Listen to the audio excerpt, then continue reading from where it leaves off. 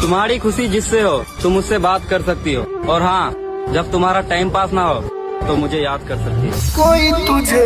ऐसा न छोड़े, कोई न तोड़े, जैसे तूने मुझे जाने छोड़ा, कोई न तोड़े, जैसे तूने मुझे जाने छोड़ा,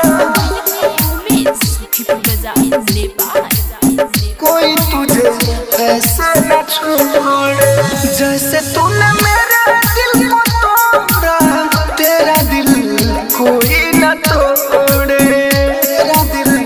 कोई न तोड़े, जैसे तूने मेरे दिल को तोड़ा, तेरा दिल कोई न तोड़े,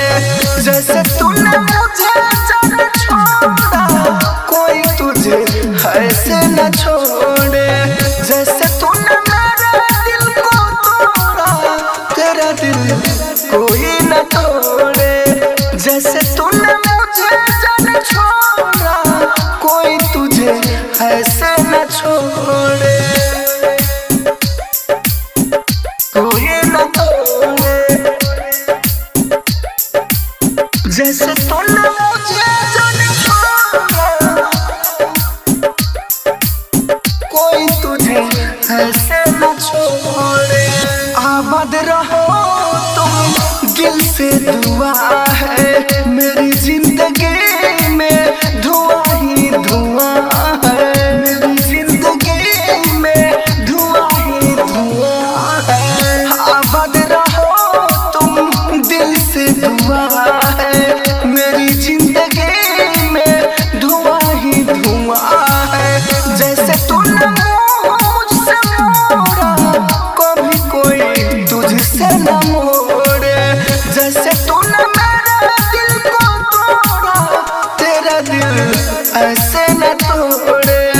जैसे तूने मुझे जाने छोड़ा, कोई तुझे ऐसे न छोड़े, राजधानी स्टूडियो बेलबत्तियाँ। न तोड़े, जैसे तूने मुझे जाने छोड़ा, कोई तुझे ऐसा न छोड़े, तेरी खुशी तुझे मिले तेरे पास में, राइटर मनोज राहुल जी ले गायस में, मेरी जिंदगी में धुआं ही धुआं है, तेरी खुशी तुझे मिले तेरे पास में, राइटर मनोज राहुल जी ले गायस में, झूठी उम्मीद न दिलाए, प्यार करके कभी भी न छोड़े, जैसे तूने मेरे दिल को तोड़ा, तेरा दिल ऐसे न तोड़े,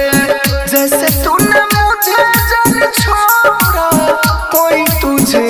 ऐसे न छोड़े।